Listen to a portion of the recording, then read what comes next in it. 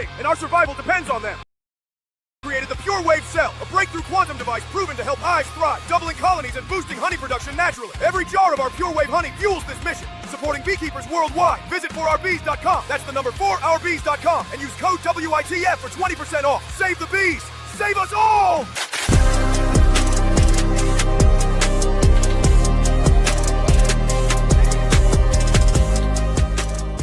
Where in the Folk is not and should not be viewed as a news source. Any names, places, or likenesses mentioned are purely fictional, and any information discussed is purely speculative. Guest opinions are their own and do not reflect those of anyone else. Where in the Folk is not responsible for content accuracy of any stories that are told or what people do with these stories. This show is vulgar, sometimes graphic, and due to its content, it should not be viewed by anyone actually.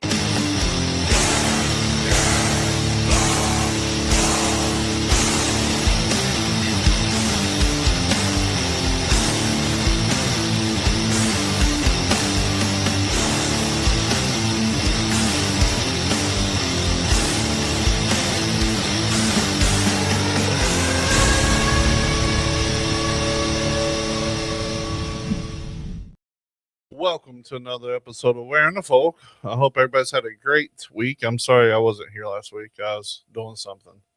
How did it go last week? It went pretty good. We actually went for about 2 hours and 18 minutes or something. Nice. We stayed on topic for about the first hour, and then we talked politics. we got caught up on all on the 6 o'clock hour. Hey, Crystal. Hey, Crystal.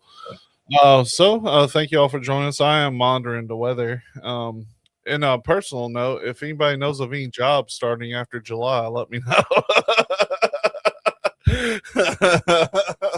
Send us an email at witf@gmx.com. Today we're talking about unexplained artifacts and technology found around the world.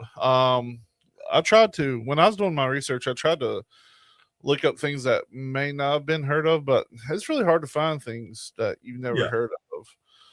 Yeah. We'll get right into it. Have you heard of let me get my list pulled up here.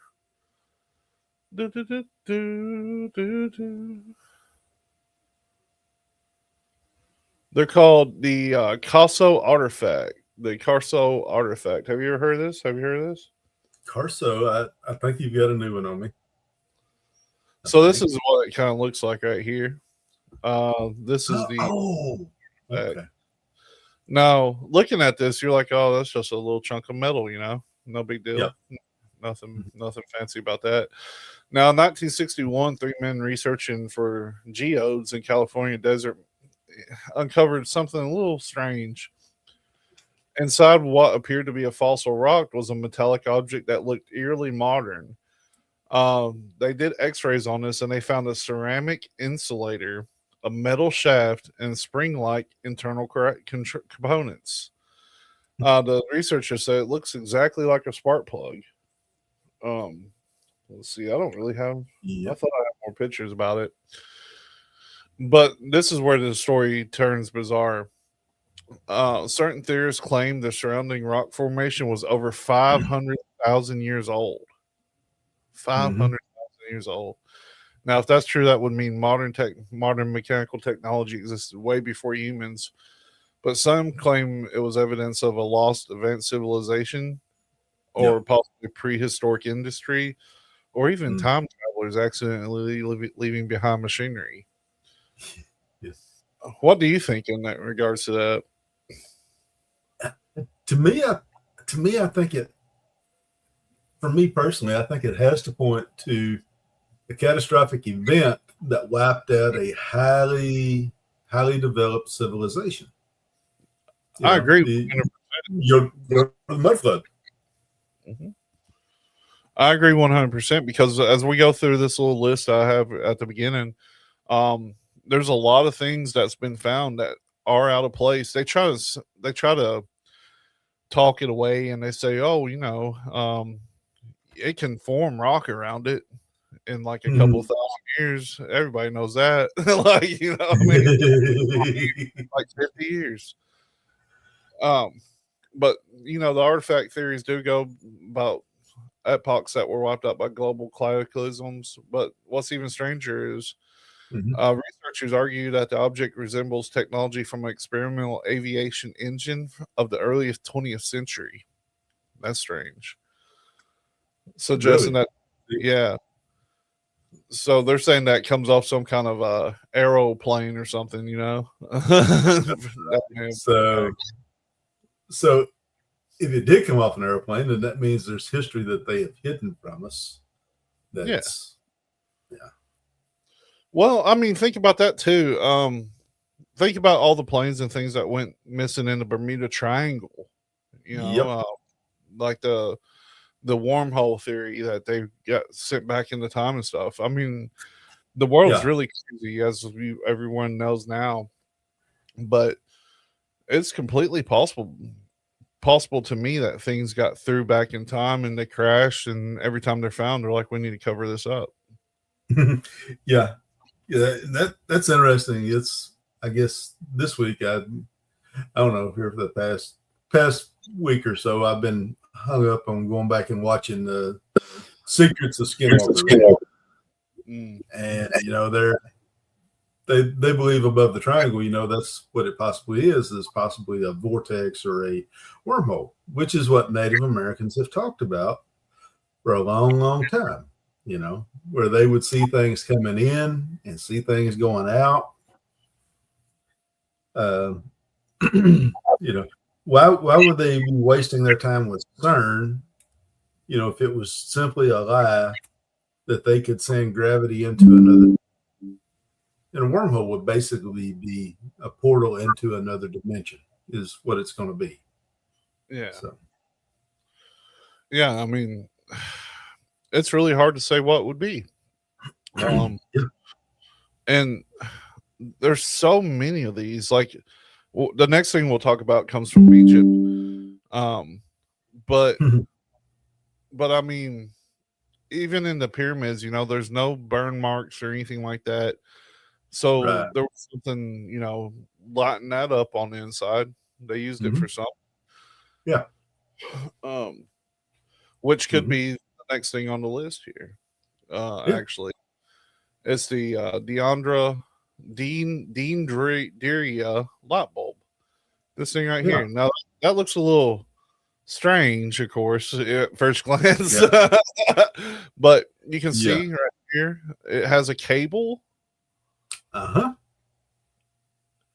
And it has this little thing right here that looks like a copper piece inside of it. And you can't see it, but it's right here. Yeah. Inside of a tomb or something. Right. Yeah. And I mean, people had figured out how to make electricity. I mean, look at the jars that it's going into. So somebody had figured out how to make electricity. I mean, you can look stuff up on TikTok or whatever and figure out how to produce a little bit of electricity. Yeah. For free.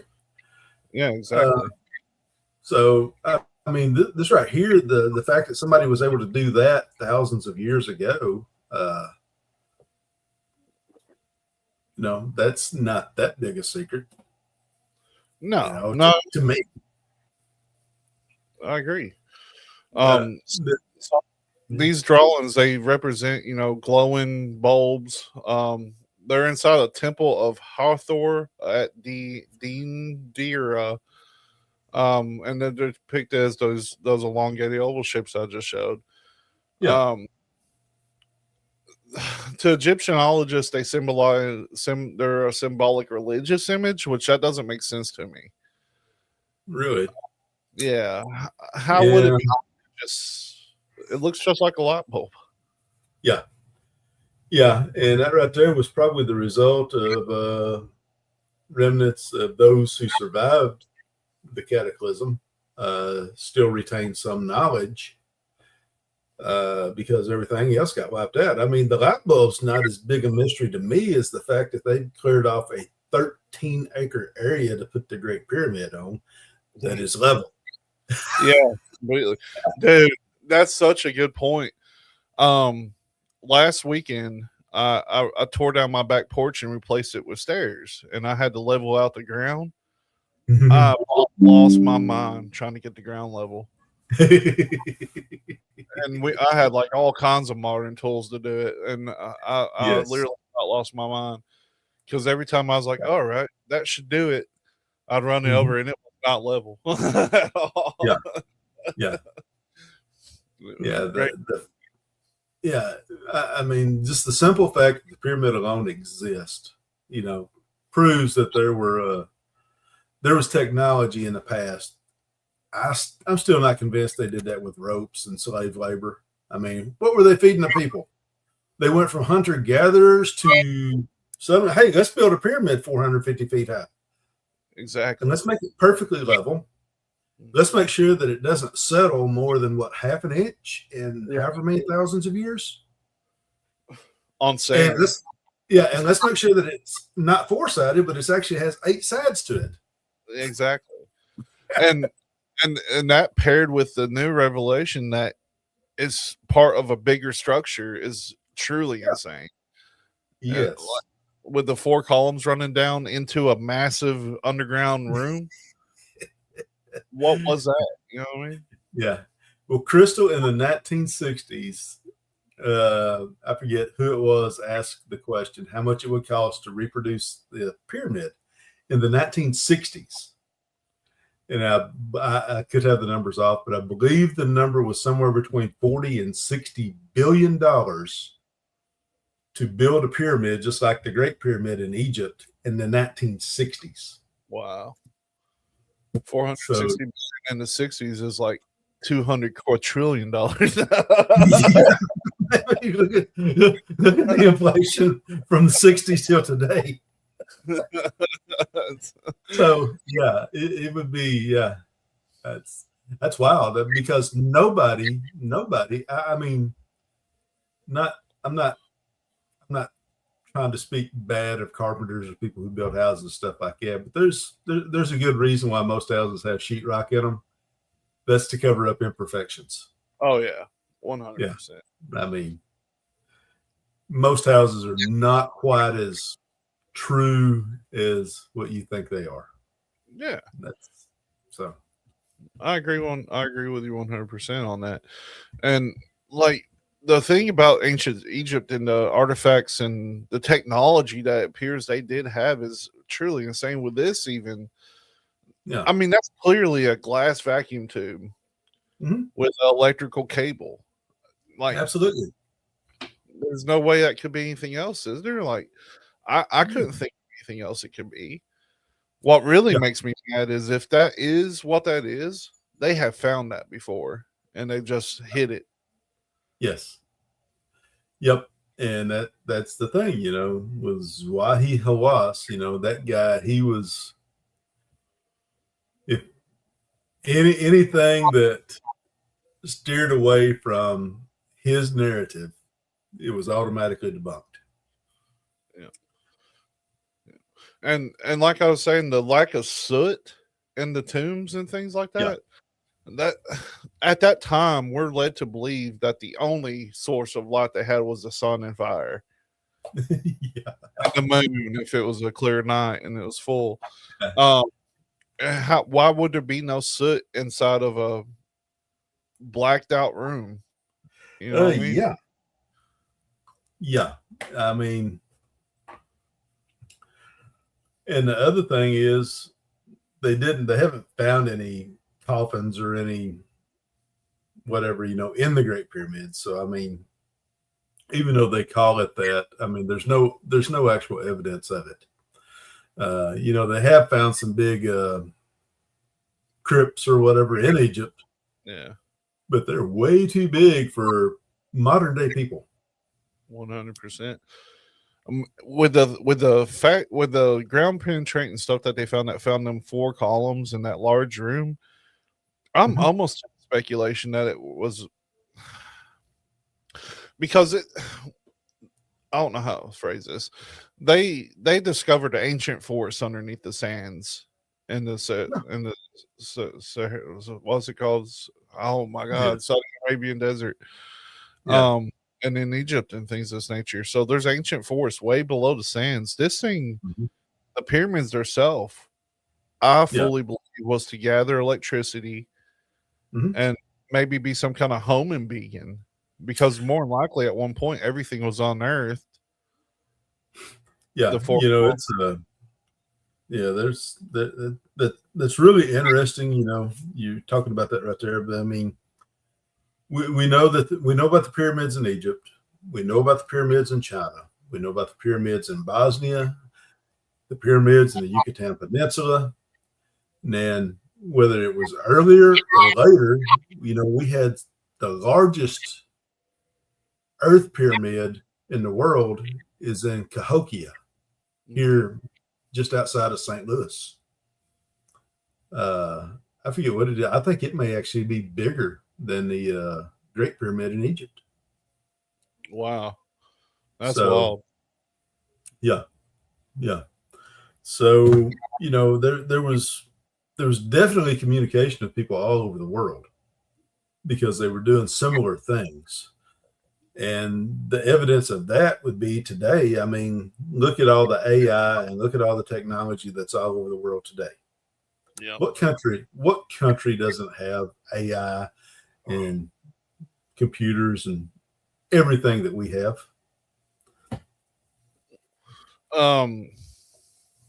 The only people I could imagine are people that's deep within the Amazon forest, deep within Congo, and on isolated islands. Yeah. Those are going to be the only people who don't have access to this very technology that we're using tonight. So that's I mean, to me, that's the evidence that it was worldwide, whatever it was. Me too. And it feels like that might be what causes all these resets. Something that leads to people being able to interact with somebody in an instant across the globe. Yeah. Oh yeah. So that's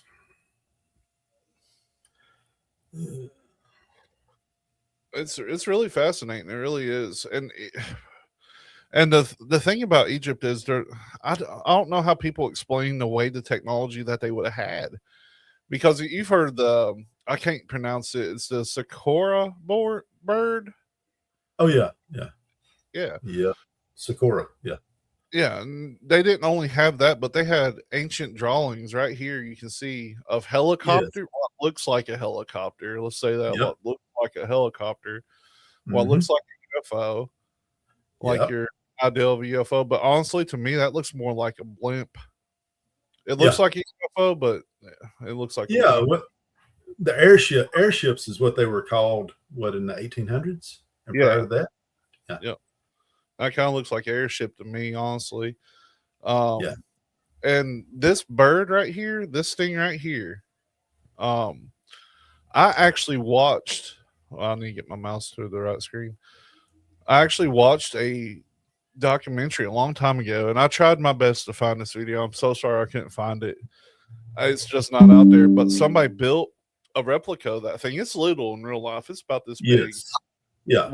When we went to the museum in Detroit, they had some like that, little bitty bronze ones. But they found that one in Egypt, and this person built a big one and strapped a motor to it, and it flew like an airplane. Yes. Yeah. And that means it was perfectly aerodynamic. Right here's a picture of sorry about that. This is how they build it now. Like, they put little stabilizers on it too. But when they launch this thing, it flies. It glides. Yes. It does glide. And if you go by what they tell us now, the first ever man-made glider was by Sir George Carley in 1849. Now that little thing, that little thing right there, it's perfectly aerodynamic, and they said it was a child's toy, which it could have been. Yeah. But I suppose it could have been. Yeah. But the curiosity that people had back then, do you not think they would have been like, I bet we can put a person on this, something like this? Oh, they did. Yeah. I mean, with all the writings and stuff in Sanskrit, about the Vimanas, which were flying machines, exactly how they looked or whatever. I can't describe them to you. It's been too long since I've looked at it. But I mean, they talked about flying around. They just hop in their Vimana, and they would just travel here and there and go wherever they wanted to go. Yeah. Do you think that was isolated only to India? No, like I said, we've seen things that look just like that look perfectly aerodynamic at the museum in Detroit, and they were from like Brazil, out of tombs from Brazil. So I mean, these gliders or these toys were everywhere. Yeah. And the thing about toys though is, I've never seen a toy like a airplane toy or anything like this that wasn't developed before the man-made version of it. Right. And I mean, while we're on this topic, I mean, the Nazca lines, I'm jumping into probably another show at some point, but the Nazca lines can only truly be appreciated from the air. If you're looking at it on the ground, it looks like just a small wall is what they look like. But if you get up above it, well, you can see everything that's pointing out, even down to the spider and how precisely the spider was designed on everything, even down to the reproductive part of the spider on that particular spider. Yeah. Yeah. The precision that they did that with, I can't even pee my name straight in the snow. Like, you probably have to drink a gallon of water to spell your name.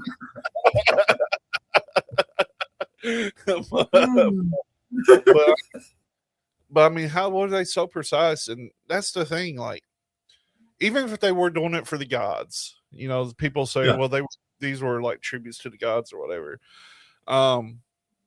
They want it to be perfect. How else could they know it was perfect without seeing it from above?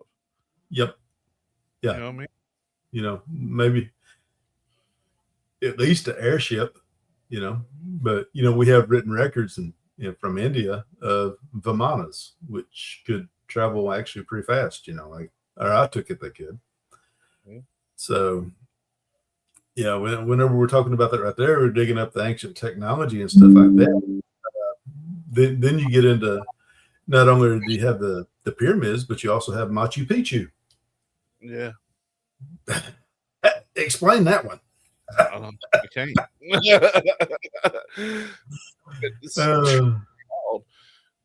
It's so wild that they teach us all these things, and then when they find something that goes directly against it, they try their best to explain it away. You know what I mean? Always. Like I know we're bouncing pretty quick, but the London Hammer, which is what you brought up before the show. Whoop whoop. Hey, what's up? So the London Hammer, if you're not familiar with it, let me drag up a picture of it.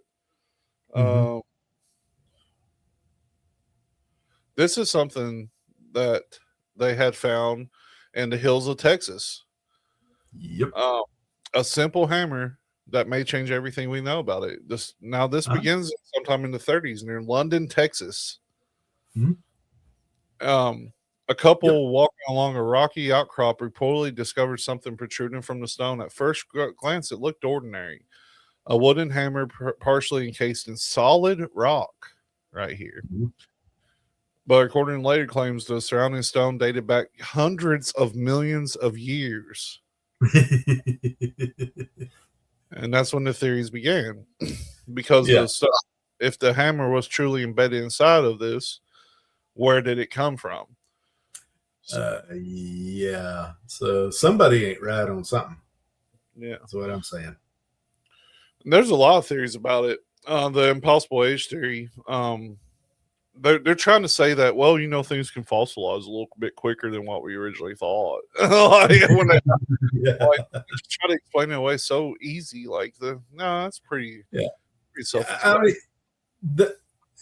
I guess I guess on their behalf, I mean, yes, if you have the right minerals, something can fossilize quickly. Yeah. If you've got the right minerals in the water, because I mean that's what stalactites and stalagmites are. It's the minerals in the water that create the stalactites and stalagmites in caves. And you get in a certain situation, I mean there is a boot that's been covered up with the correct minerals from I can't remember if it's from the early 1900s or what it is. I mean, it was happened to be just the right place at the right time where somebody lost their boot,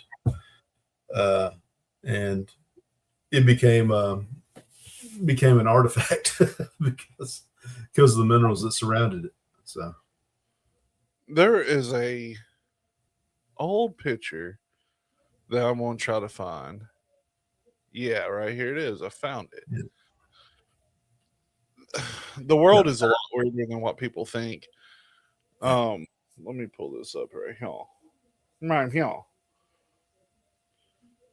So when you think about a cave, you think, oh, it took millions of years for this cave to form, right? Mm-hmm. Here's a picture from 1918 from coal miners in the Wills Bar, Pennsylvania. This is a tree that was cut inside of a cave. Yeah.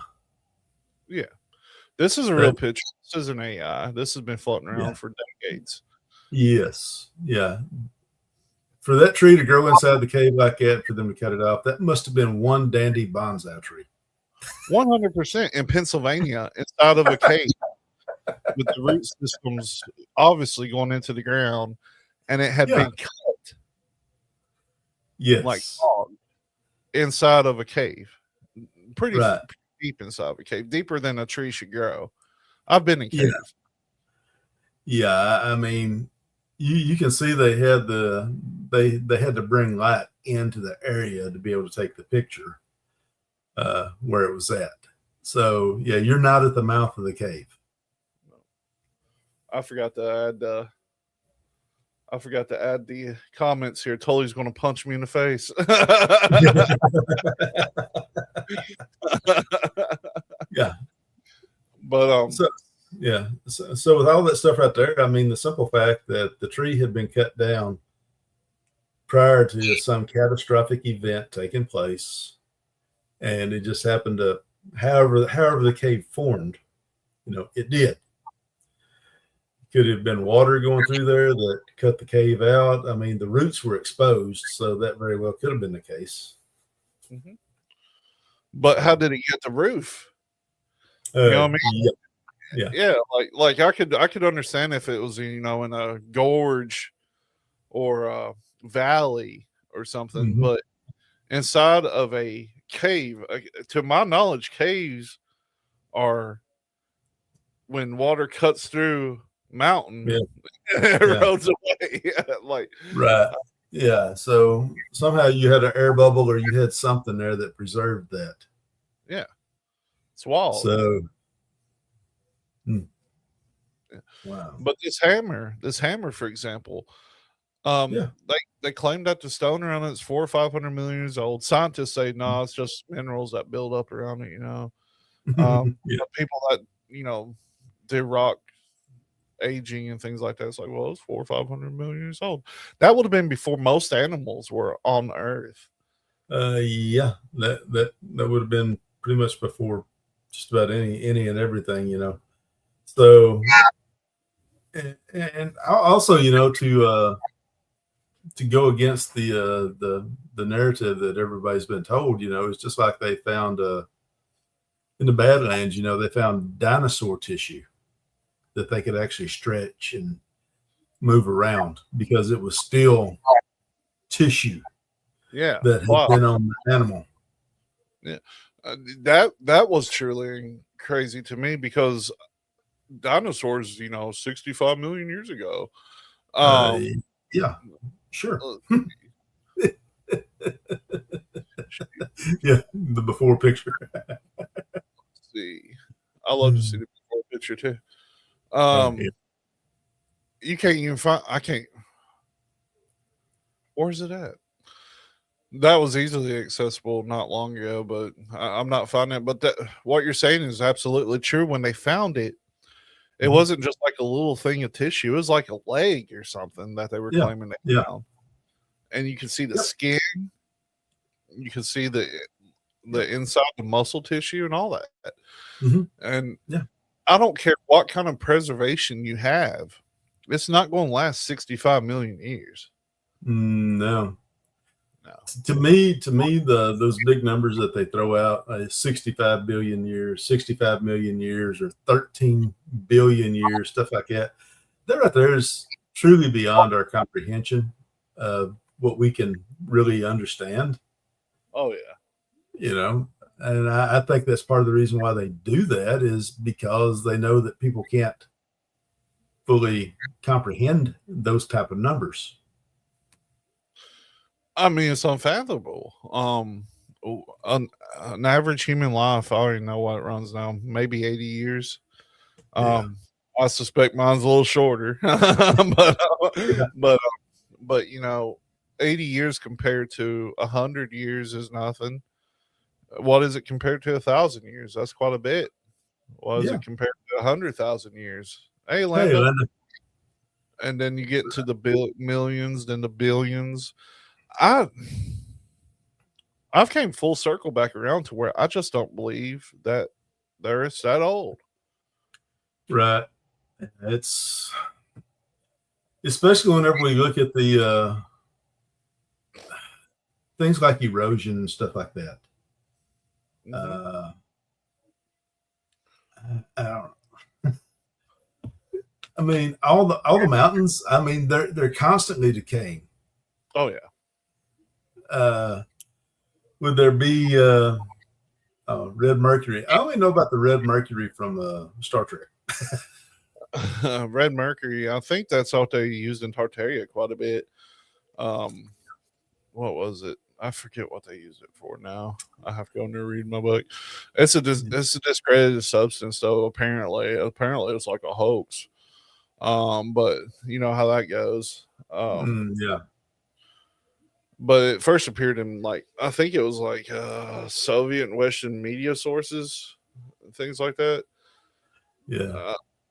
I think it's area somehow. I could be remembering this wrong, but I was thinking that one of the shuttles or ships that Spock was in had some type of a red mercury. I think is what it was supposed to have been. Yeah, it's supposed to be fusion stuff, right? Like for fusion cells and stuff like that. Yeah. That's what I'm thinking. I'm sorry. Go ahead. No, I should have looked in that. Thank you for bringing that in down bad productions. We'll look into that because I don't have a lot of information on it. Just very minimum things that I've heard about it. Right. Does it tie into Tartaria? There's a lot of mercury used in Tartarian technology. Mm-hmm. Yeah, and I never have looked into the technology very much on Tartaria. I mean, just the old world buildings and how so many cities were destroyed by fires and stuff like that. Okay. That makes sense. Okay. Yeah, that would make sense because they all had those tubes in them, and the tubes would go out, and on the TV you used to have TV repairmen in country areas and stuff like that. They would replace the tubes in somebody's TV, and it would go back to working again. Yeah, I remember always being told not to bust those tubes because they were toxic. Yeah, don't bust the tubes, you'll die. Yeah, they said the same thing about those long fluorescent light bulbs now too. So yeah, we used to bust each other over the head with those. That's fun. They make that loud pop and that dust go everywhere. Breathe that, you know. For a few days. Yeah. But this hammer, I mean, to me, it's a wooden handled hammer with a steel head, apparently. And it's embedded in stone. The only thing I can think is, you know, for that, because in my honest opinion, back then they probably had better tools than that. Yes. So to me, this is a time travel situation. Somebody stepped into time. They's outside beating on some wood and then just kind of zipped into a prehistoric time frame or something. Oh yeah. Here we go. I'm gonna send you this. Okay. So you can pull it up. I think the weather's passed, so I'm going to go ahead and back on out of this weather app. I've been monitoring it, making sure. That's possible. All iron, probably it is possible. All iron fell from the sky. I mean, iron's pretty abundant in in space, if you believe in all that. So that's a good one down bad productions. Mm-hmm.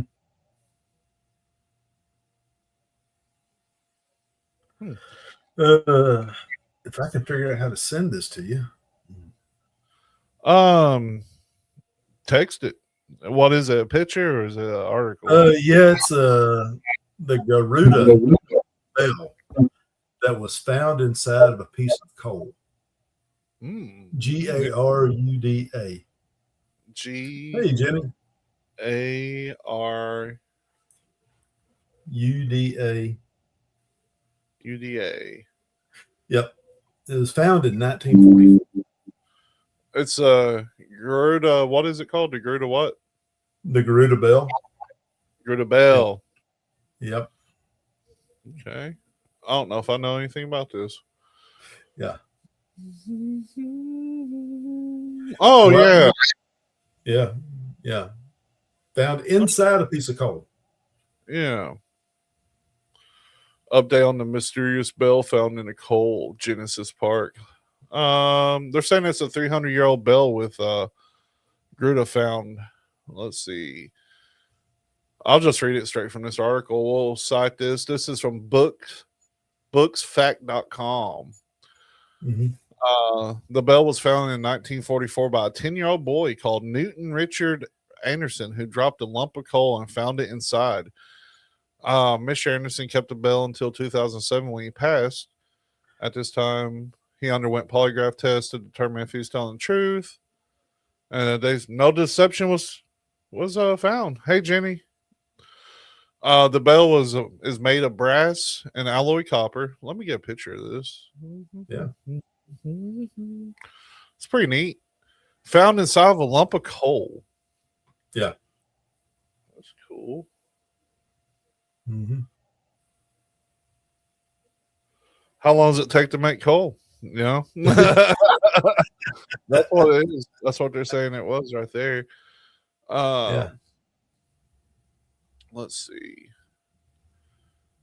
The bell's made of brass. It's about 7 inches tall and mounted on a crudely described figure appeared to have one visible leg, 2 arms, and a head.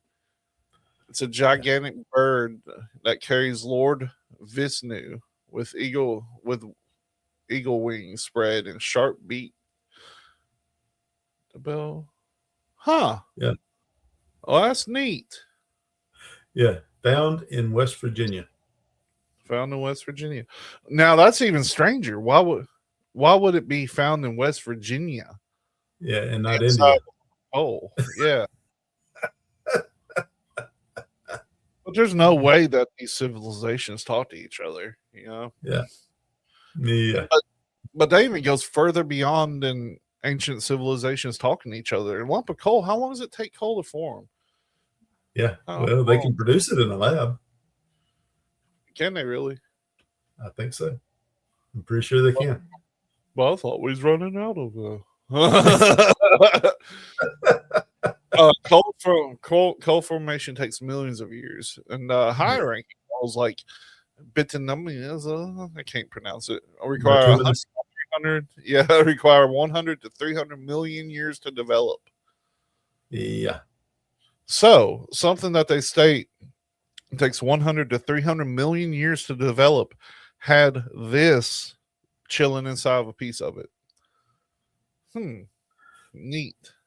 I wonder what does that do to the time frame? You know what I mean? Yeah, yeah. Once again, somebody's not right about something. No, no. Yeah, yeah. They can make diamonds in a lab. Yeah, And yeah, make diamonds out of cremated remains now. I guess I yeah. didn't know about I did hear about that.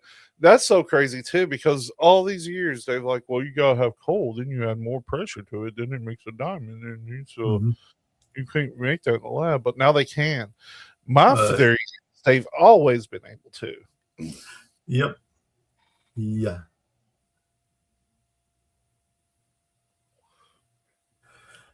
All right.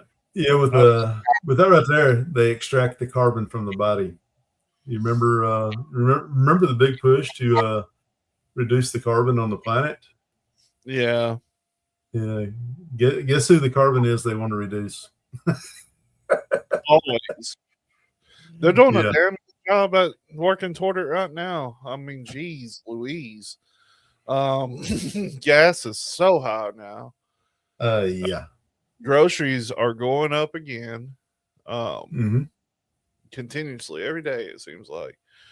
Yeah. Oh, they're getting rid of carbon. They're working toward it. That's for Yeah. sure. Yeah. They're getting rid of carbon. They're going to starve the carbon to death, I think. Yeah. It seems like we just went through something like this like 5 years ago. Yeah, exactly. Dude, there's so many pandemics right now that's getting ready to happen. The Hannah Montana virus, as Mandy calls it. Yeah. Ebola's back. Yeah. Don't call Yeah. it a comeback. It's been here for years. Um, they, I don't know, man. It's it's a wild world, and poor old Yeah. Kyle Busch just passed away. Like 41 struggling. years old. They said 41 he was years old. gasping for air and puking blood or something. Yeah. And what was that strange thing that went on in New Mexico I don't where even know. it unalived 3 people and 18 first responders are hospitalized? And we still I don't know don't. what it was. No idea. Sinus Sinus. infection. That's horrible. That would Yeah. be a horrible way to go. Oh, it would be. Wow. My sinuses have been wrecked. I don't know why, but if anybody has a cure for this, because I've been drinking Mucinex like it's crazy, but I can actively feel sinus drainage like all day right now. It's Really? nuts. Yeah. Yeah. It's wild. But there are reports of 6G coming online that's actually 8G. Is it for real? That's I've heard cool. that. That- I don't know. I can't prove that, but that's what I have seen. Is they're calling it 6G, but it's actually 8. I mean, I don't want to be that guy, but each time a new G's rolled out, there's been something come out. Oh yeah, yeah. It it it affects us in ways that we just don't have common knowledge about. Flonase and Mucinex together. I need to get some Flonase. Yeah. But Zyrtec. Zyrtec. I just been Zyrtec. drinking weed.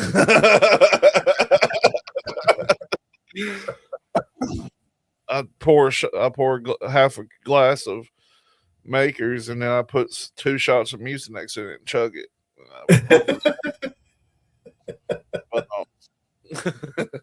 But but I'll try the Flonase for sure. Hey, Alan, what's up? Hey, Alan. But yeah, I mean, even with that, when they started doing, there was a graph I seen somebody put out there. I should.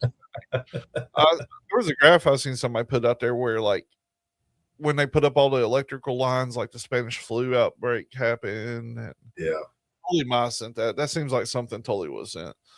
Like there was a direct correlation with each new technological advance for communication and some kind of Yes.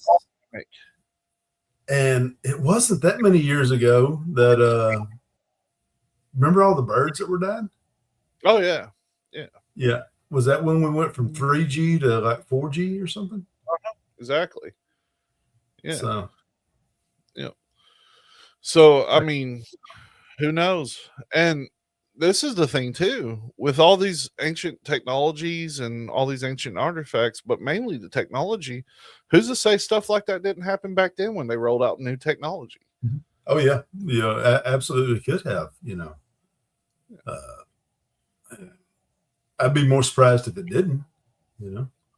I would. I'd be way more surprised because if you, especially with electric, anytime that you have something that deals with electrical waves or anything like that, we're mainly water and electricity. Yeah. Don't take over the Earth. Hey, those things are aliens anyway. Yeah, DNA's not of this Earth. They're probably way smarter than we give them credit for. I do Probably. like calamari. I'm just not a fan of calamari. I've tried it one time. It's just not for me. I like it. But let's see. I've got some more here. Because you were getting your iron back then, Nick. Yeah. Oh yeah, the OV, the time travel show. There's a guy that I don't know who it is, but there's a guy on TikTok that he does these videos where he time travels. It might be what you're talking about. I don't think I've seen that. If it is, I know it's probably AI. This particular guy, but they look so cool. Like they really do. They look good. He's walking in all of them, talking to people. It's cool. Let's see. So the next one, have you heard of the Bagong pipes? I have heard of them. I hope you have pictures. I got them pictures. Let's see. Let me see what kind of pictures I got. Can't show that picture.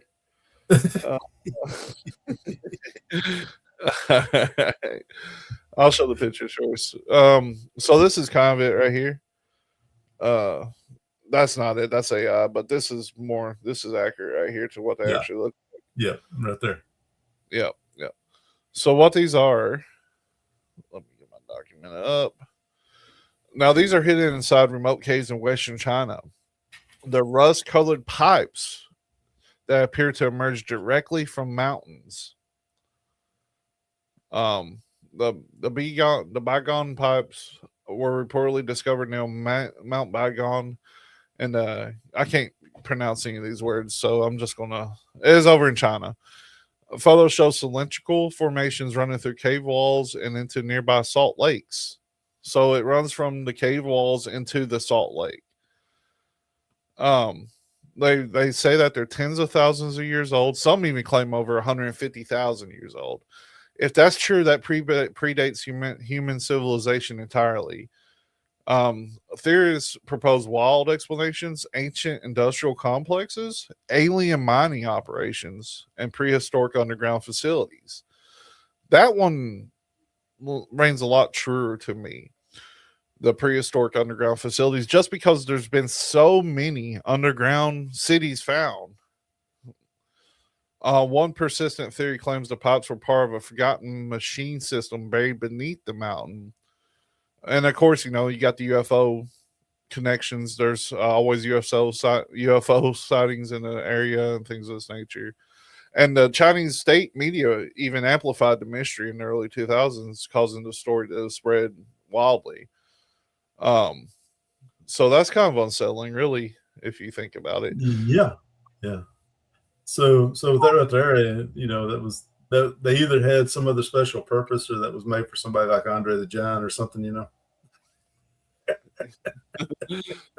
Crystal said poop shoots.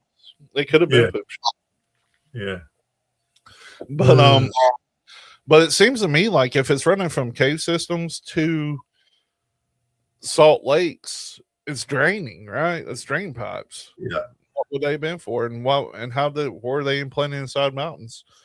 The scientists claim that that's not what they are. What it is iron just kind of built up into a pipe formation and how connected from the cave to the salt lake. It's just drainage. Oh yeah. Yeah, you're right. I mean, those things just so that occurred. All those joints occurred naturally in nature. You know, it's you're talking about. They're trying to say that occurred naturally. You know, maybe the rock wall in Texas was a natural thing. I don't know. I've always thought it was odd that in the town that was named after the Rock Wall, Texas, just before you get into Dallas, is named after the wall that goes through there. And I don't know. It seems odd to me. You know, you have the sage walls in Montana. They're not natural. That's weird. Yeah. It seemed, you know, that was a thought of mine. What Crystal said right there in the salt water, were they trying to desalinize the water? That Yeah. could have been a situation. That could have been, you know, that goes on a lot in today's world. You know, I mean, California would not have a water shortage at all if they would just desalinate the water and use it that way. But that's too expensive. It really is. But the way people thought back then, people don't think like that anymore. Like, no. I don't know what we lost. You know what I mean? I don't know. Right. People still, you know, are trying to develop things, but anymore it seems like nefarious means have taken over the majority of any kind of development we have. Right. Yeah. It's you know, weird. could the people who were accusing public education of trying to dumb down Americans, were they correct? You know, It seems that way, man. It really does, and we're no better. I mean, everything's designed to make us have the shortest attention span possible. Like the majority of entertainment that people utilize now is TikTok or shorts or reels or things Yes. like that. And they're never more than 2 or 3 minutes long. Yeah. It's those little dopamine hits that everybody's craving now, and I'm guilty of it too. When I wake up in the morning, first thing I do is hop on TikTok. It's the only time I ever get on it, though. It's about 45 minutes in the morning, but still, it's kind of like a little rush. Yeah. Yeah. I haven't spent much time on it the past few weeks. I don't know. I'm going through one of those. I'm just going through one of those stages right now where I don't listen to a radio. I just listen to the sound of the machine that I operate. That's. I don't know. I've gotten to the point to where when I get off work, I put my phone down and I don't look at it again. For example, I took today off. I didn't turn my phone on until about an hour before I came in here. You know what I mean? Yeah. Like, and everybody's like, "Well, what if there's an emergency?" I was like, "How did you scale up with people back before we had this stuff?" Just the same way. Write me a letter. Like, you know what I mean? Like, if it's an emergency, what the hell am I going to do? Yeah. I won't be there in time anyway. I mean, it's the sad is what it is. Yeah. Yeah. With TikTok, I don't know. I don't know. I just can't. I'm just going through one of those spells where I just can't. I'm just staying away from pretty much staying away from social media for the most part. I do a little bit, you know, but not much. Right now, I don't know. I'm just not interested in it at the moment. No, and I don't know. That does seem like it's leading to the dumbification. We say it all the time. Idiocracy is turning into a documentary more and more every single day. Mm-hmm. To the point, like I still wear Crocs. You know what I mean? They wear Crocs all maybe. But it's so strange that technology has advanced to this point, but we're seeing things as we go through them here that looks like it was around back then. You sent something here. I can't pronounce this. How do you pronounce these swords? Ulfbert. Ulfbert. Yes. What's up with them? They were swords that were pretty much indestructible. Somehow the Vikings came up with them, and there's been 170 of them found in Europe. They were so far advanced above anything else at their time that they, it's people had some wild thoughts on where these swords came from, what kind of exotic metals or whatever it might have been made out of. I mean, from what I'm seeing, it looks like they were made from basically pure crucible steel, stronger, Yeah. lighter, flexible, better on holding the edge. There's even pictures of some of these that they look pretty good. Yeah. I mean, the fact that the Vikings were using them when they were invading Europe tells you how long ago that was, so that would have been what, the 800s or 900s. Yeah. So, wow. Yeah. This is wild looking. Even now they got little impurities now, but I wonder, did they just look like that when they were around, you think? Let's see. I don't know. I mean, those things could actually go through the chainmail stuff or go through the leather. Right there's one that's apparently been found. Huh. Yep. Yeah, I mean, the pitting would have to be from the age, but I mean, whoever did that and developed that, I mean, that would have been a master bladesmith. That's so, and that's another thing, like the forging techniques they had back then, the building materials they used, like Roman concrete, for example, you can't replicate that now. Yep. So it's the Roman concrete was self-healing concrete.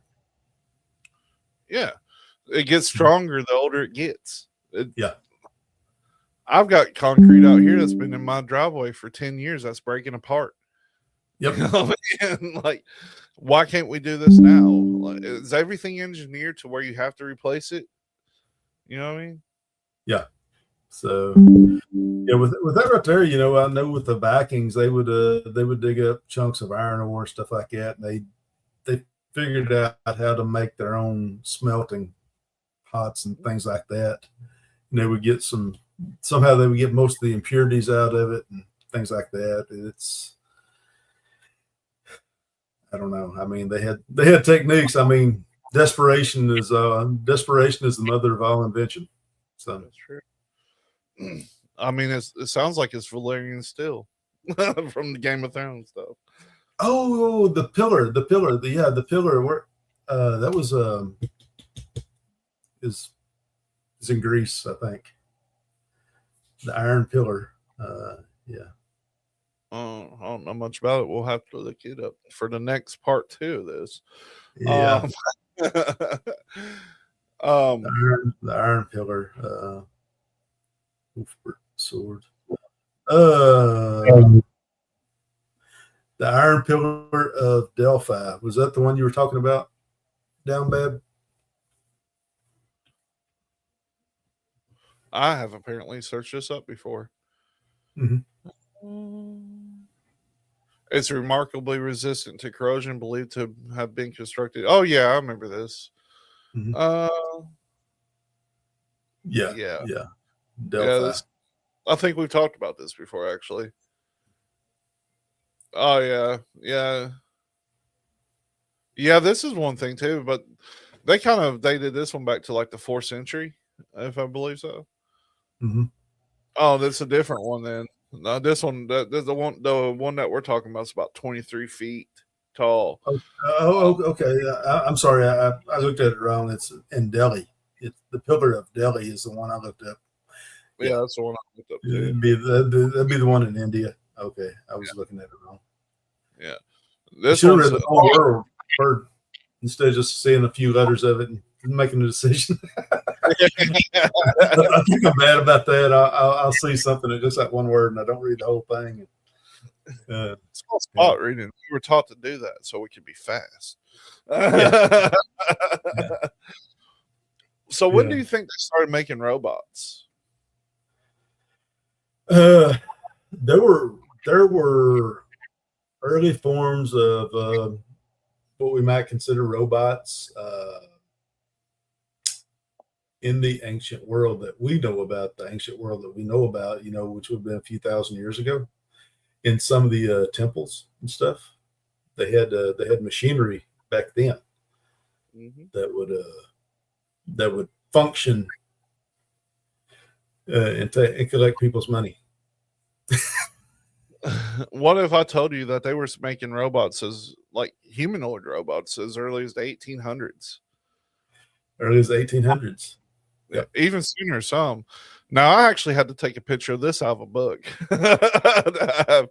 These Wow. are pictures of robots that they had back in the day, like these right here. Yeah, I don't think I want to fight a metal machine. I would. Piss right out. Right here. Like there was literally news articles and things like this, shaking hands. It kind of reminds you of the Tin Man in a way, right? You know what I mean? Yes. Yeah. But the theory behind this is, well, it's not even a theory at this point, because they did have other things too. Like they had the Victorian animatronics, the artificial humans. Mm-hmm. Now these things were crazy looking. Let me get one pulled up, y'all. Y'all. Let me get them. Y'all. Right, here's some pictures of what they look like. Right here. What's really cool about these are in the late 1800s, obsession was kind of terrifying. They were making artificial humans. What they used to do, the Industrial Revolution transformed society almost overnight. Steam engines replaced muscle, factories replaced craftsmanship, and electricity was kind of beginning to creep in a little bit. Yeah. So the Victorian inventors and showmen unveiled increasingly sophisticated animatrons, mechanical musicians, clockwork servants, artificial riders they wrote, and chess playing machines. Some blinked, some breathed, some appeared to think. Newspapers called them mechanical brains, artificial intelligence is one thing they called them, synthetic life. And all reacted with strange mixture of awe and fear. But these machines moved with unsettling limitations, of course. So they were clunky, but they started working on these robots even in the 1800s, which is insane. There was one that was a chess master. Let me find that picture of that one. It was a chess master. Well, let me just pull it up here. Let me get a screenshot of it.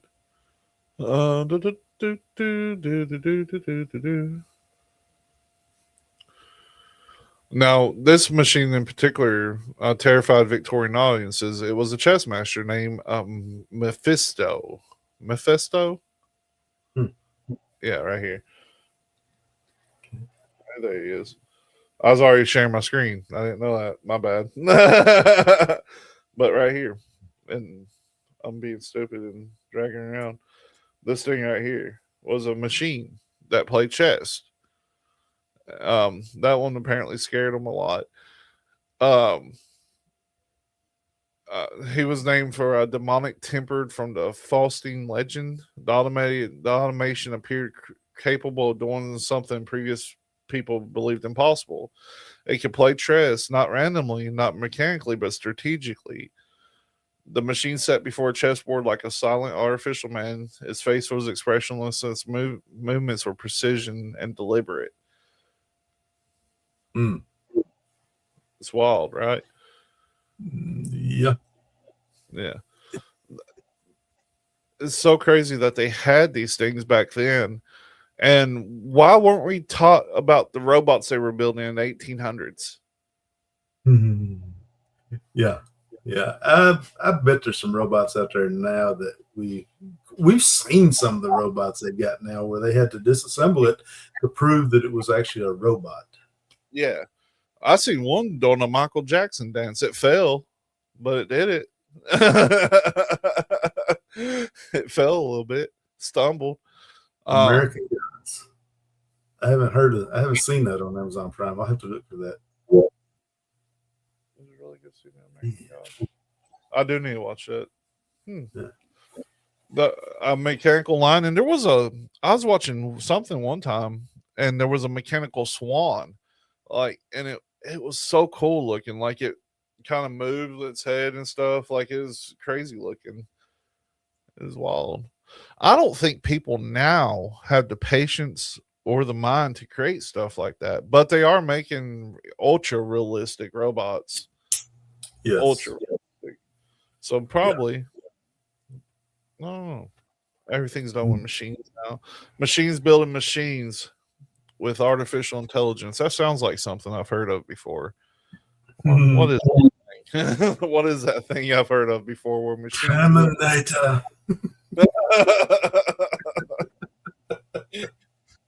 machines built machine. So I guess we can end it on this right here. Let's see.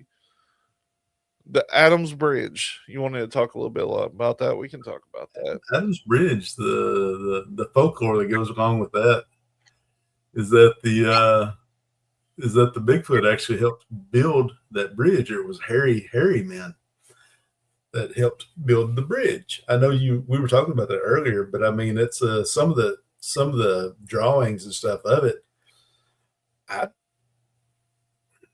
My first thought was those are Bigfoot. This is what we're talking about. Adams Bridge. And this there's here. You know, I mean, it's a real thing. Yeah. Part of it's underwater now, but yeah, it connected two mainlands. Yeah, it connected India to Sri Lanka. Yeah, Sri Lanka. Yeah, yeah, and it was artificially made. Yeah, and so the thing with the Bigfoot is I couldn't find a good picture of it that showed it. I just found pictures of Bigfoot.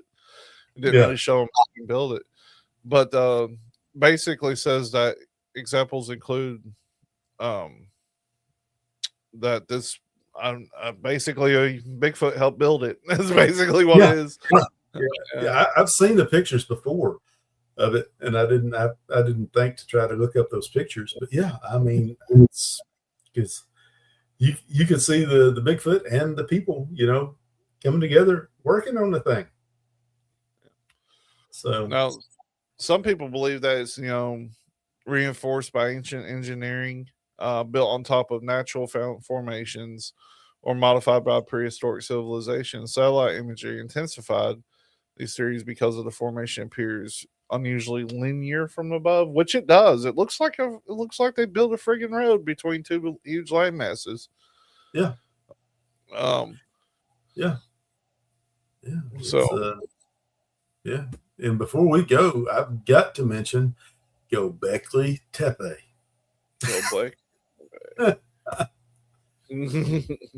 Yeah.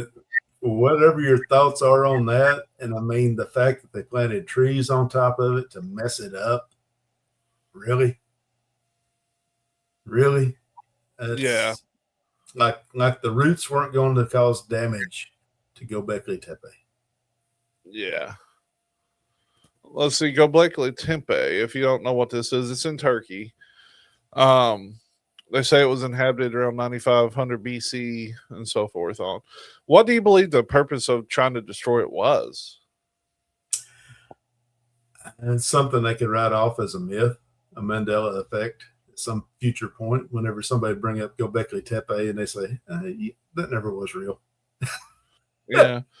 I feel like they do that with all kinds of things, though. Like the fact that there's caves in Kentucky where they have armed guards keeping you from going in. They're like, oh, well, there's something in there.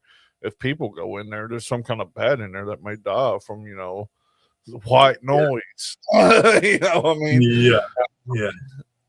It's insane. Yeah. That's I sent you all a picture of a place that we went just random as hell.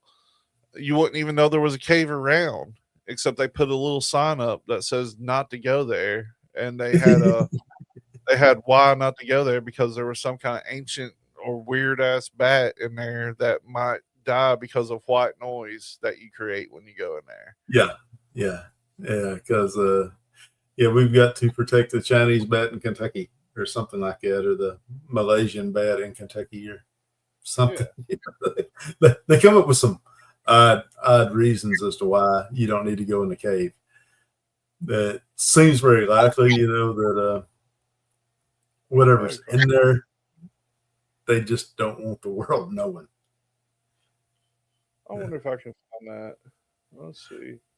Yeah, a friend of mine is telling me about a place that his uncle lives on around Somerset, and said the cave stayed cool enough. That's where they would keep all their milk and butter and stuff like that in this one cave on that land, So, but it was, I think he had to dynamite the rock to make the place level enough to build his house on. I'm not even joking about this either. I found the picture of it right here. White noise syndrome. White noise syndrome, WNS, is a disease killing hibernating bats. Afflicting bats may show what fungus on their muzzles and wings, abnormal behavior. What can I do?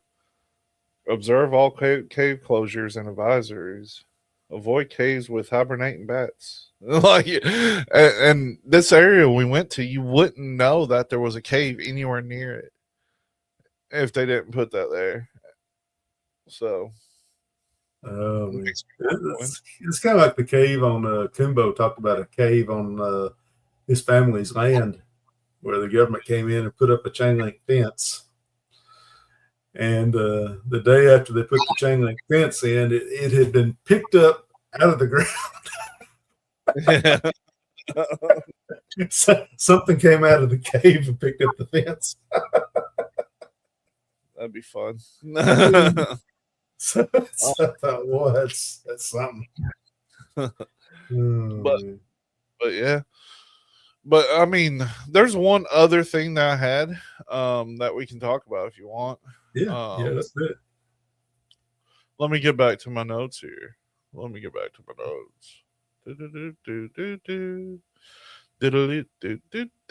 This one's actually pretty cool because it kind of plays into what I vinyl to me, honestly. It seems very similar to it. Let's see. Let me get the pictures pulled up here. It's the Dropa stones. Have you heard of these? Oh yes. Those the Dropa tribe in Africa. Yeah. So what these are, they're basically these huge round stones. Working on getting the pictures pulled up.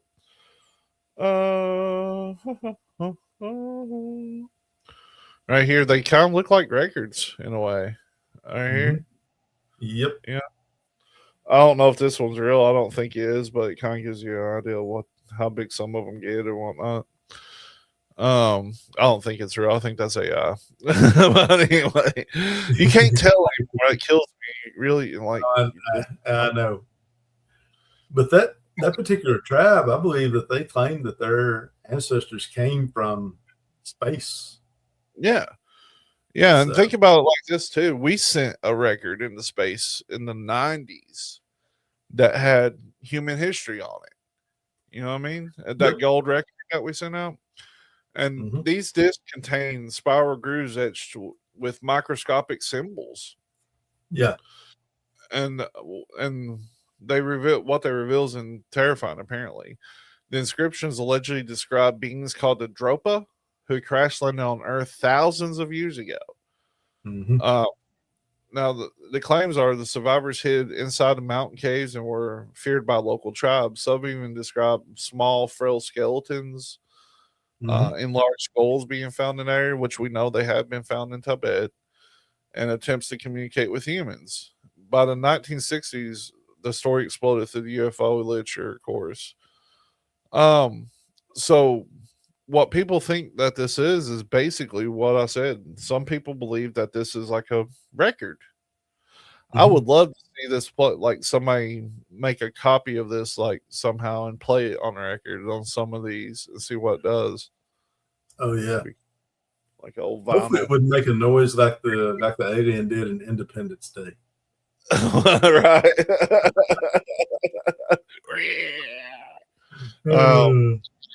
That'd be fun.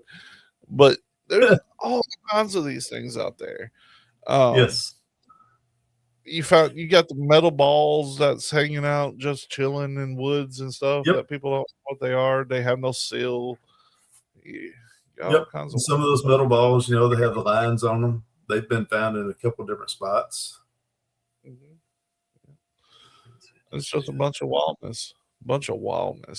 This is one that I'd like to revisit when Tully's around. I'm sure he's got some pretty crazy ones. While we're at it, you want to talk about some fringe things that they say that Tartaria had? Yes. Yes. Well, everybody knows the airships. The airships Yeah. are the prime way of transportation back then. They could dock on the Empire State Building and all the good jazz. Yeah. One of them is says, and I've said it before, that the Titanic was leftover technology from the Tartary Empire, Really? and that was synced to hide some information there. Huh? That's one of the fringe topics. But also that goes into the like the deepest realms of the Tartaria stuff, like that the mountains are melded castles. You know what I mean? I mean, yeah. You were talking about the AI. It's so difficult to discern whether or not it's AI or if it's actual real photos. But I mean, there are some pictures floating around of mountains, and if you get in certain angles, I mean, it looks like it was probably a castle or a big building or something, at one time. Yeah. And there are those places in the world where it looks like people built their houses into the mountainside, but in areas it looks like something melded over a building that used to be there, but it's rock. Yeah. There's in Australia, out of Australia, there are a couple of women who do the Tartaria thing. I can't remember who they are right now. It's been too long since I looked at it. But yeah, they showed some stuff, that they'd found over there that probably would have fit into the Tartaria thing. 100%. And there's all kinds of cool stuff about it though. The robot thing was one of them. That's one that they're saying that's ancient technology from before the floods and all that. Let's see. That's where I got that picture from. Was of the One World Tartaria book in there. Yeah.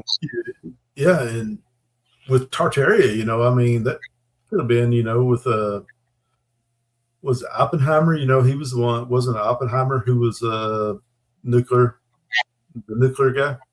Whenever he watched that first atomic bomb go off, he's like, this is not the first time that this has happened.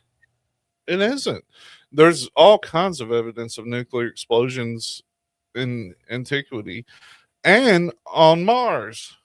There's a good thought that that's probably what ended the civilization on Mars amongst fringe topics and theories. It's they're people talk about pyramid on Mars, a face on Mars, all this other stuff that was on Mars.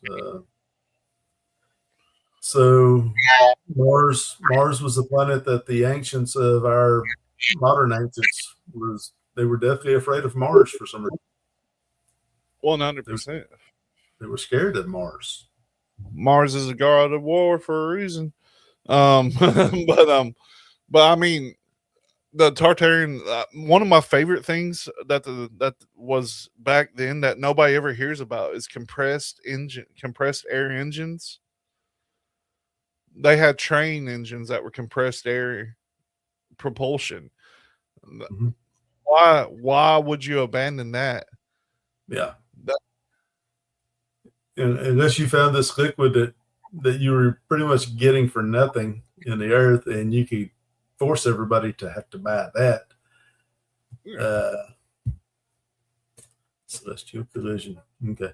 Yeah. But so, yeah, I mean, there would be reasons as to why to hide inventions and things like that. That was something that we've heard for years, that a lot of these technologies that have been invented that we've heard about but never been brought to market anywhere. All that stuff was going to be released, but I haven't seen any of it that I'm aware of. This one right here will blow people's mind. Since we're on the topic of that, when do you think the first electric car was developed? The first electric car was developed either in the late 1800s or early 1900s that I know of, because they thought they were really onto something, and it turned out to be an alternator. Well, the first electric car was developed in the 1830s by Scottish inventor Robert Anderson, with the first practical rechargeable battery car appearing in 1888. So you're 100% correct. He came up with the idea in the 1830s. Now, this is on Google. You know what I mean? Like, this is a fringe topic anymore. The earliest electric vehicle was built by Robert Anderson in Scotland during the 1830s. His carriage used non-rechargeable batteries to power an electric motor, making it the first non-electric powered vehicle. Yeah. Like, the technology. Electric vehicles were actually pretty popular at one time in cities. They never did really work that good for people in rural America, but in cities, people would use them. They still won't. I don't know what the charge is now, but there was one point where the charge on an electric car was like 100 miles or something. Dude, it takes me 20 minutes to get to Walmart from where I live, like right here. Like, I'm 15 minutes out of town. Driving 100 miles a day, to me, is nothing. Like, I can do that easy every day. Oh, yeah. I used to live an hour and 18 minutes away from my job, and I would drive an hour and 18 minutes there and an hour and 18 minutes back. But then I smartened up 7 minutes away. I mean, for me, just to go to work and to come home, it's probably somewhere around 75 miles by the time I make the round trip, go to work and come home. Yeah. But they're working on ensuring that we can't do that anymore. They're trying their best anyway. I refuse. I refuse. I'll quit paying credit cards to ensure I can go where I want to. I don't care. Call me.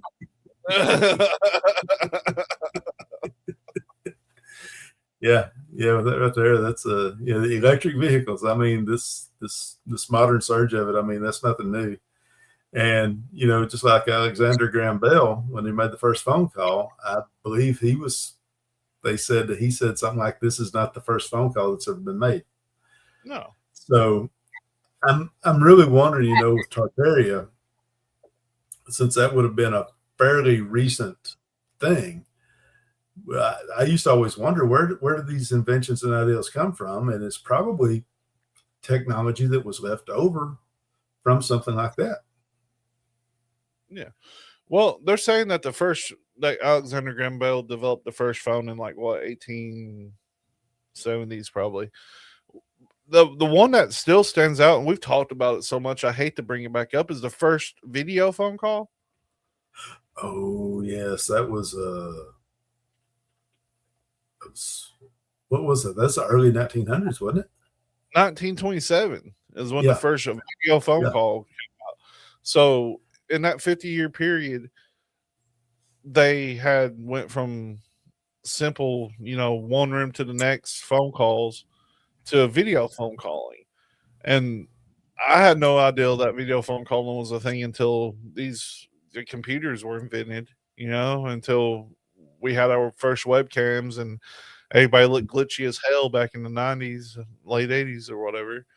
That's probably when.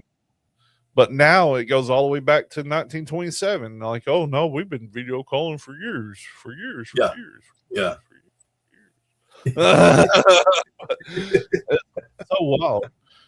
Because if our theories hold true that star forts were power sources, pyramids were power sources, there's fireplaces and castles that you can't burn anything in. Yep. That heated castle somehow. they took all the bells out of.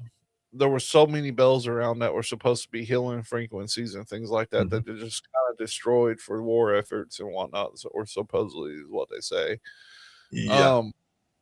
It sucks because if it's true, then there's no other reason that they would do this besides total control and nefarious reasons to make people not as healthy as we was, not as happy as we was, things of this Right. nature. Hmm. Mm-hmm. Hmm. To me, at this point, it seems like America was one big kind of experiment to see what certain things will work and what certain things won't. I don't know if that makes sense to you, but my mind's been drifting that a lot recently. Like, what's the breaking point? You know? Yep. It's kind of like it seems like they just keep testing the waters more and more to find out how much can we get away with now as opposed to 10 years ago or 20 years ago. You know, they've always called America the melting pot, and it is, but it could also be the testing pot as well. It very well could be. And they don't even try to hide things anymore. That really irks. Like, they're like, these people are stupid. They don't care. They're not going to pay attention. Like, even in this recent election, there was a fellow, he won like with 39,000 votes last time, and the next person below him had like 15,000 or something last time. And I'm not big on any politician, but this time around, he got more votes this time around, but the person that beat him obviously got more than he did. So like 40,000 more votes than the last time around, which doesn't make any damn sense to me. I just don't get that. You know what I mean? I think a lot of people have just been like, I'm not voting. I know so many people, it's like, I'm not voting. What's it matter? You know? Yeah. So to me, I feel like it should have went down. You would think so? Maybe a lot of people turned 18 was like, I'm going to voice my opinion. Like, you know what I mean? Yeah. Let my vote be. It's wild. Yeah, it is. It absolutely is. Mm-hmm. I understand exactly how you feel, Crystal. Yeah, we share your sentiments. I'll go a step further than that. Have you ever heard of Agent Orange? I have. If you don't know what Agent Orange is, it's something that they were using in Vietnam. Mm-hmm. It's horrible on humans. My family lives over in Leslie County, and I never knew what this was. There was an old barrel that we used to play around with, and it had an orange ring around the top of it. And come to find out, that was a barrel of Agent Orange that was given to my family back in the day for like for some kind of like weed killer or something. Yeah. Yeah. Yeah. Yeah. Yeah. Yeah. I didn't really know him, but I knew of quite a few people who they served in Vietnam, and they had a lot of them, you know, died from cancer and different health complications, stuff like that. And what the deal was is because it was the Agent Orange that was sprayed in Vietnam, you know, to clear out all the foliage so they could see I guess the enemy. Yeah. But yeah, there was a barrel that I'm almost 100% at this point in my life was a old barrel that but didn't have anything in it. But I can only imagine what was in it. You know what I mean? Yeah. Like he didn't bring that back from Vietnam. He wasn't in Vietnam, so I don't know. Yeah. Rumors gave it to him. Yeah. Could be like, you know, Huggy Bear in a what was that, Starsky and Hutch. Yeah. Yeah. I know some people that steal some things. Yeah, for sure. But anyway, where's Tully? I don't even know where he's at. I haven't talked to that fool since last Friday. Well, I think Tully's out for the next few weeks. Morgana's in the middle of a storm, I believe. I thought I was going to be in that tonight, but apparently it's changed. I ain't heard the thunder or nothing. It was headed right up the I-75 corridor last I heard, but we didn't get it. So that's good. That's good. The Y-Files. Yeah, that's pretty good. I do love the Y-Files. I like that guy. He's really good. The Y-Files. As if he needs more public people talking about him. Yeah. He needed us pumping him up, didn't he? Yeah, us pumping him up for sure. But tune in every Thursday night for Cosmic Crumbs with Tully while he talks about recipes and I don't know what else he talks about. Crazy stuff. Crazy things. He made fun of my cheese sandwich recipe and then wants me to send my pizza crust recipe. I'm like, no. He made fun of my sandwich recipe, so I'm not sending that. You figure it out yourself. No, I'm just lazy. You don't forget you can go and buy stuff. You can go to linktree.com/wearingthefolk and it'll take you to our merchandise section. I almost got the new t-shirt design done. There's a lot going on. I feel like there's a lot going on with it. I think it's gonna be cool. Let's see. The Till Deathly We Watch is on hiatus because I can't figure out how to do it the way I imagine it in my head, if that makes sense. Like we filmed probably 12 episodes of it. I've edited all 12 and then I watch it and I'm like, no. And then I delete it. So I'll figure it out. I don't know how we're going to go about it. Everybody does the same thing when it comes to those. I want to do something different. So I don't know. It'll be up one day. Just one day it'll be randomly there. So keep an eye out. Yeah. And tune in next Friday, probably at 8 p.m. We probably won't go back to 7 p.m. until we can get everybody back involved at the same time. Summertime, everybody's got things going on. Yeah. But yeah, let me go ahead and start rounding this up. I gotta get something pulled up, or else I'll get in trouble. I thought this was a banger of episode, and I hope everybody tunes in next time. If your first time is now coming over with us, please go ahead and hit like and subscribe. And thank you all for watching us, because we are watching you.